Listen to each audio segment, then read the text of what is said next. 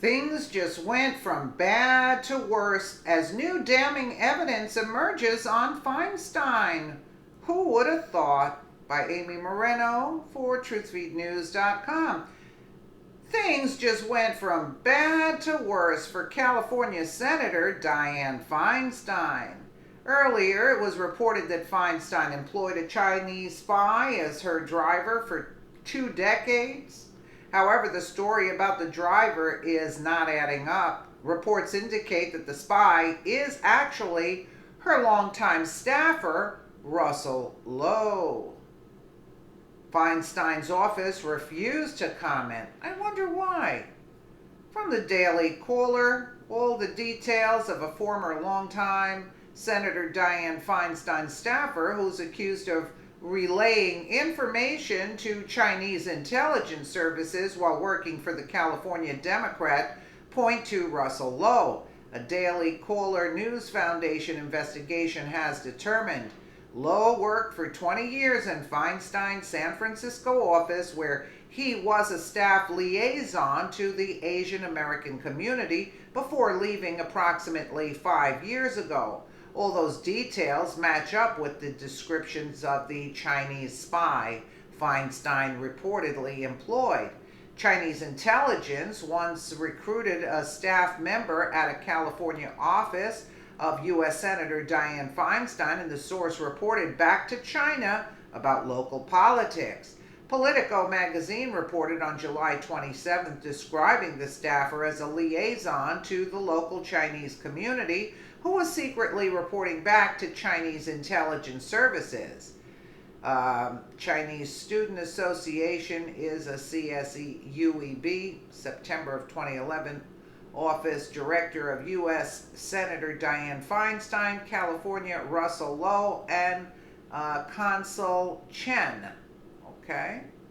Since then, more details have emerged about the alleged spy, including that he worked for Feinstein for 20 years, attended Chinese consulate functions for the senator, and was fired 5 years ago.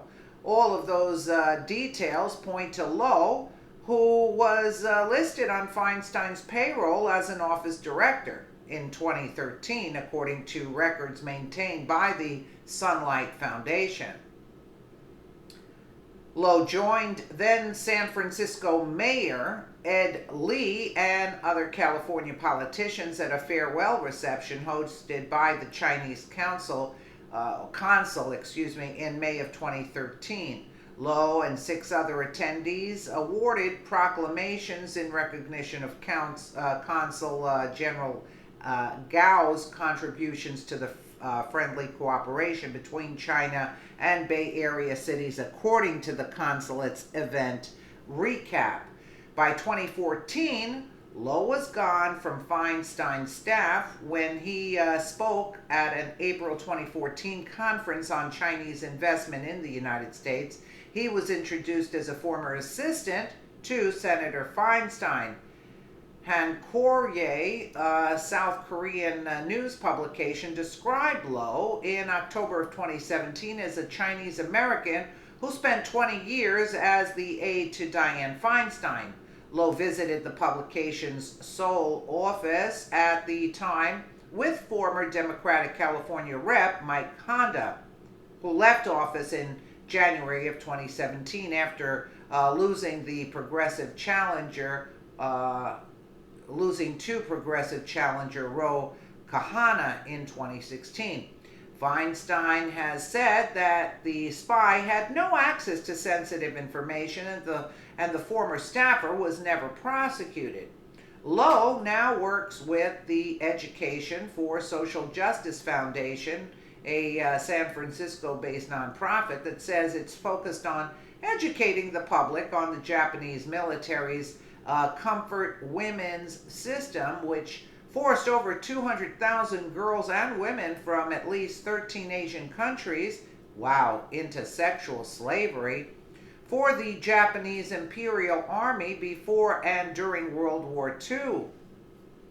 Efforts to contact Lowe through the foundation were unsuccessful.